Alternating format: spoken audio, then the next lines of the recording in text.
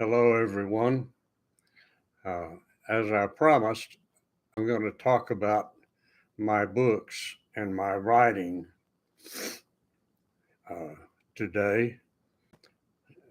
My wife passed away in 2010, and by after she was gone, I didn't know much what to do with myself. I sat around the house, I watched a little TV, and I did a very lot of reading. I love to read.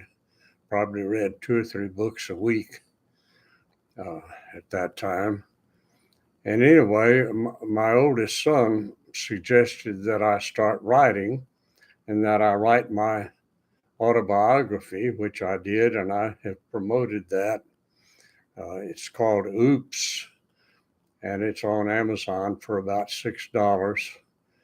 And if you want it, but I wrote after I was 83. And after the age of 83, it's been 10 years, I'm 93, I have written something over 50 books. And in recent years, I've been writing murder mysteries and novels. And so I thought I'd tell you about these. Some have asked to be able to buy them. They're all available on Amazon, but they're very hard to find. You nearly have to know the exact name of the book to be able to find them. Once in a while you can find them, but not very often. My first novel, I really wrote it in the 80s. It took me almost 10 years to write it, and I didn't even have a typewriter. So I got a notebook with, a school notebook with lined paper in it, and I wrote it by hand, the whole thing. And I still have that notebook that I wrote the book in. Later on, I got a typewriter and I typed it. And for, about 10 years or so, I did everything in my power to try to publish that book.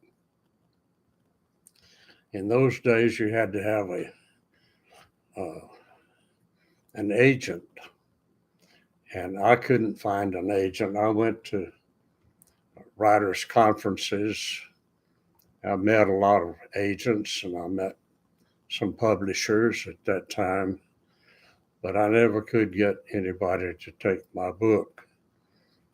Anyway, over the years, finally, my oldest boy published my first novel, uh, and it wasn't very long ago. Uh, it was full of all kinds of errors, so I went through it again and tried to correct all the mistakes in it. I'm not sure I got them all. You shouldn't really proofread your own work because you tend to miss the mistakes you made. Uh, when you do that, it really needs to be proofread by someone else. But anyway, I republished the book, and I want to tell you about it. It is the only really full length novel that I have ever written. It's about 360 pages, I think, close to 78,000 words.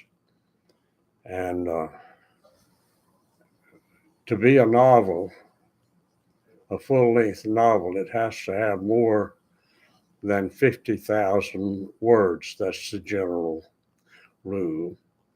And this one has almost 78,000 words.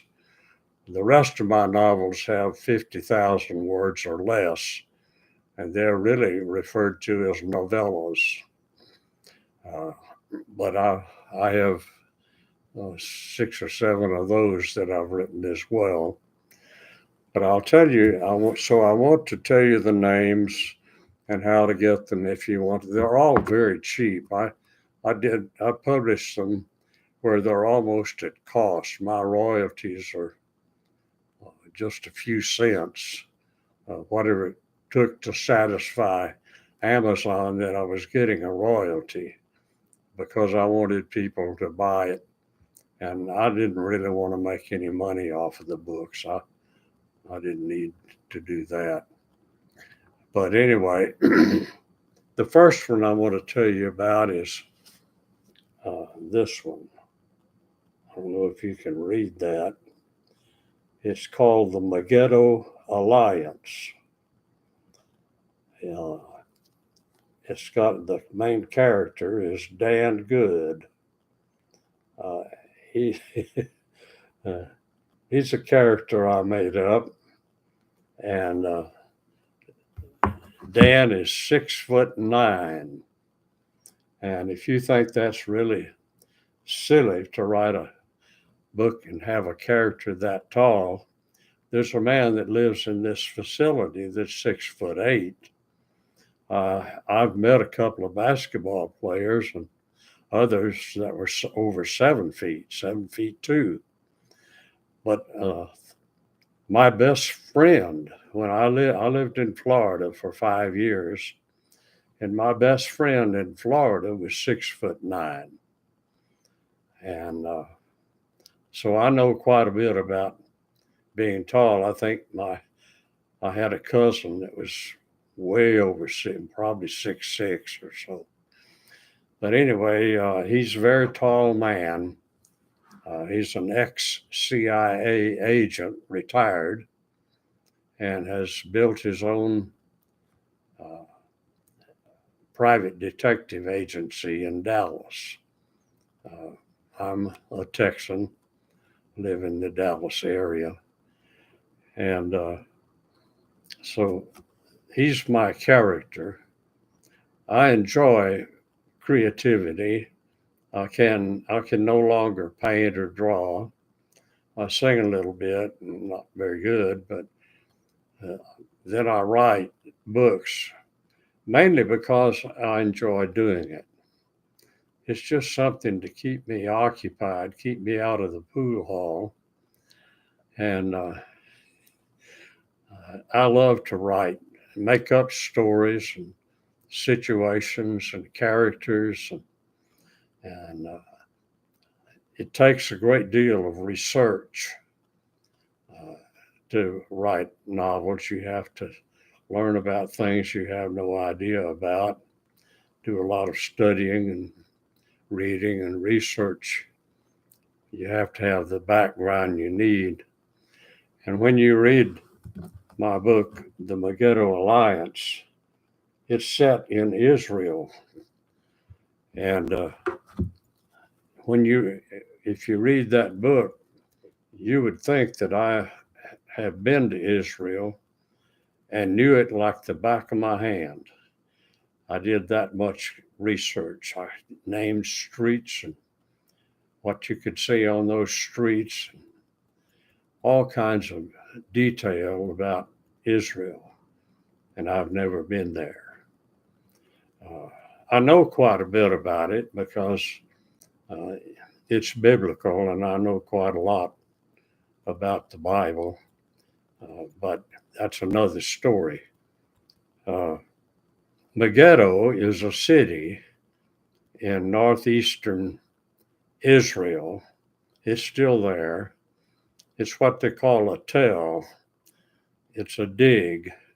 There were cities built up on that mound. It's very high.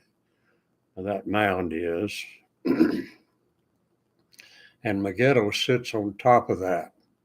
And that mound looks down over a valley called Jezreel. That valley is perhaps, I think, the bloodiest battlefield on the face of the earth. Uh, in my book, I'll tell you about that valley and all the battles.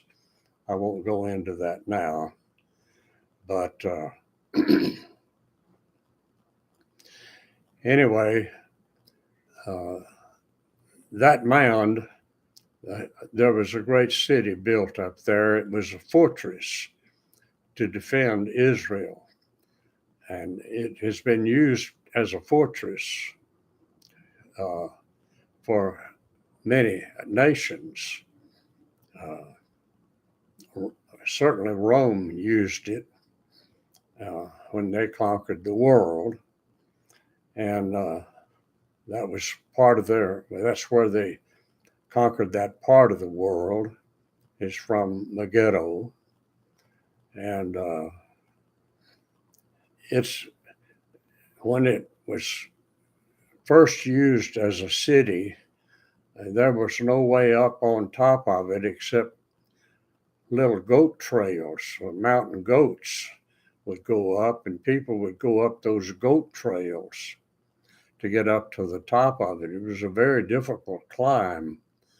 But when Rome came along and wanted to use it as a fortress, they built a ramp that goes up to the top. It's quite steep, and it goes up to the top of that building, that tell.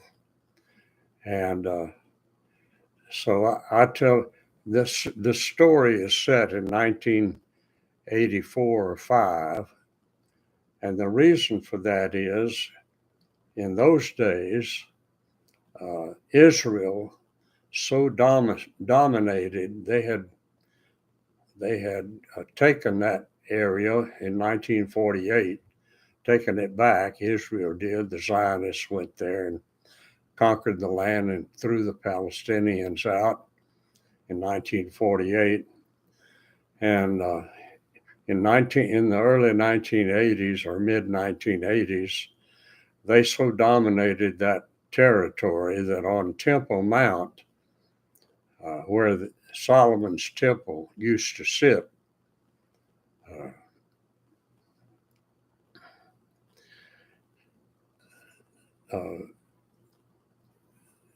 people could go up there, visitors could go up on that Temple Mount, and where Solomon's temple used to sit, it was destroyed in AD 70 by the Roman Empire. And then the Palestinians, the Muslims, in about 700 something, built a mosque, a Muslim mosque, on the very site where Solomon's temple used to sit. And it's called the Dome of the Rock. It's a beautiful, beautiful building. But in the mid 80s, anybody could go there. Any tourist could go into that mosque and see it. There were tour guides, Jewish tour guides, that would take you. I had a very close friend who was a preacher who went to Israel, and he saw it. And he told me all about his trip and being able to go up on Temple Mount and see the Dome of the Rock. And Al-Aqsa is another mosque that's built up on that mount. And you can't go up there and see it today. The Palestinians have it. The Muslims own it now. And nobody can go up there if you're not a Muslim, and anymore. And I know you've heard about the Wailing Wall. Well, that wall where the Jews go and pray and put their prayers, write them on paper, and stick them into the crevices in that wall. Their prayers are that God will destroy that Dome of the Rock so that they can rebuild Solomon's temple in that place. The Jews want to do that very much, but they can't as long as the Dome of the Rock sits there. I'll tell you a little bit about that rock. I may not get to tell you more than about this one book today. I've got so much to say about it, but down in the base, at the base of that mosque, there is a rock. It's a big, big rock, and it's the rock where in the Bible you read about Abraham taking Isaac, God telling him to take him to the mount and offer him as a living sacrifice. And Abraham did that. Of course, God stayed his hand so that he couldn't kill his son, his only son, the son of promise. He had other sons, but he was the son of promise. And God stayed his hand. Well, that was the rock that Abraham used. That's the site that David bought when he was king. He bought that threshing floor, and that's where that was the site where they built Solomon's temple. My friend went down there and saw that rock, and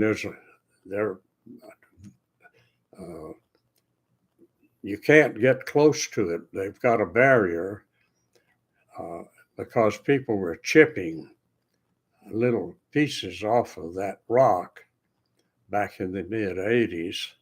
And so they built a barrier so people couldn't do that anymore, and to preserve that rock.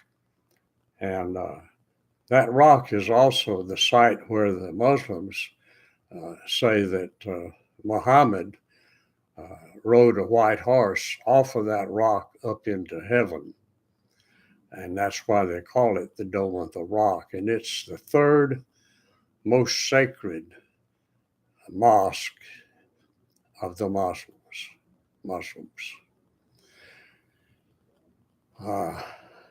And so my book is about a plot between Gentile Americans and a group of radical Jewish people that want to blow up the Dome of the Rock. That's the plot of the book. And well, it's a story with a lot of twists and turns, but there's a great lot of action and adventure in it. I do have to tell you that my books are very, very clean. There's not any foul language in them at all, and nor is there any explicit sex in it. In any of them. They're very, very clean books. Anybody could read them at any age and not be affected at all by them. It's just a story. And but it's fun to me to create these characters and create these situations and write about them. And so that's book number one. My second book, I'll tell you about as many as I can have time to. This is the second one. See, it's much thinner. It's not very long at all. It's called the Ramses Scarab. I don't know if you know about scarabs, but these are Egyptian hieroglyphs. A scarab is a dung beetle, and it's a symbol of immortality and rebirth. And the dung beetle was worshipped by the ancient Egyptians and treasured. And they made replicas of them. And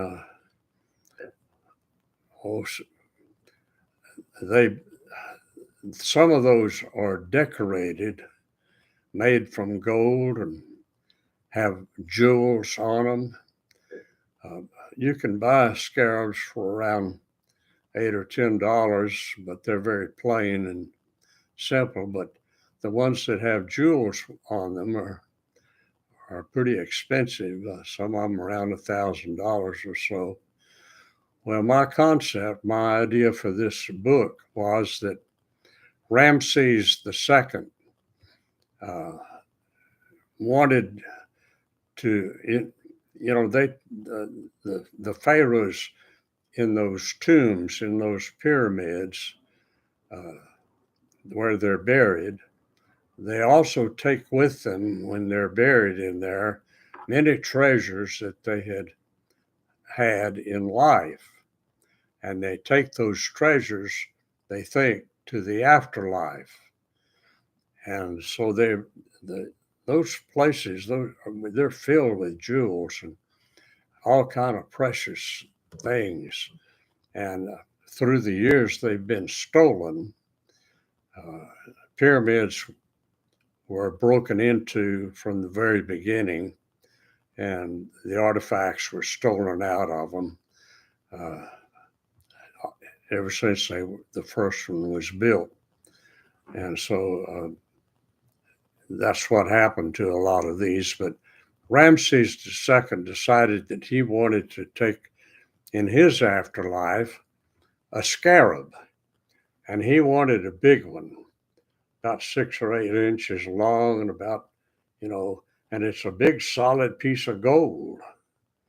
And on it are many jewels, expensive jewels, large diamonds and rubies and all kinds of things he embedded in that. Well, you can see here the picture. That's a scarab. That's very jeweled. It's not the one I'm writing about because I don't know how big that one is, but they're very fancy things. Anyway,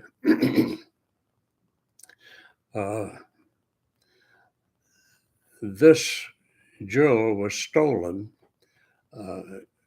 just a few weeks after Ramses II died.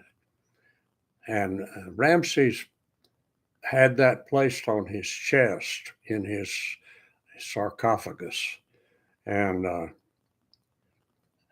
this young Egyptian boy and his sister stole that out of that pyramid, and he had written a curse on anyone. There were curses on anyone that took any of those items, and he had written a curse that anyone who stole that scarab would die a violent death. And so that young boy and his sister died, and I don't know what happened to the scarab at that time, but it got buried some way and lost for about 3,000 years. And then in about a little after 1983 or 4, about 86, I think, is the setting for this book. There was an archaeological dig in Egypt, and a young student on that dig went away from the place they were digging and dug a little place by himself to see what he could find, and he found this scarab. And so 3,000 years later, well, here comes the scarab is back in circulation. And of course, people die violent deaths who own it. And this is a story about different people that own it. And my character, Dan Good, is trying to figure out what's going on and try to stop all the murders and killings that are going on. And so that's my second book. I think I'll tell you about one more. I've got 3, 4 more after this one. But this one is called The Primitive Predator. Someone is killing people with some kind of blowgun and poison darts. And first to die is a newly appointed justice of the Texas Supreme Court. And then others began to die that seemed to be related in some way to the first. It's reminiscent of the pygmies and the blowguns of primitive past, this method of killing people. And so the Dan Good wonders who's doing these bizarre murders and why. And he's a very close friend of that justice that died, and a former CIA agent. And so he's employed by that justice, his wife, to look into this. And so that's about a primitive predator, someone who's killing people with blowguns and poison darts. And that's book number 3. Let's go on a minute. Oh, if you write those titles by Richard Norman, those books will pop up. Otherwise, you might have a hard time finding them. This is The Memory Murders. They're all Dan Good novels. And this is about a 3-year-old girl who witnesses her parents' murder, but has no memory of it because she's just 3 years old. She blocks it out of her mind until she dreams about it 20 years later. Here she is, 23 years old, and has a dream about the murder of her parents. First time she's had that in her life. And she realizes when she wakes up that she knows what the killer looks like now. And so Dan Good is her employer. She's his secretary, and she comes to ask him about it, to look into it. And that's how he got involved in that murder mystery. And he finds the killer. And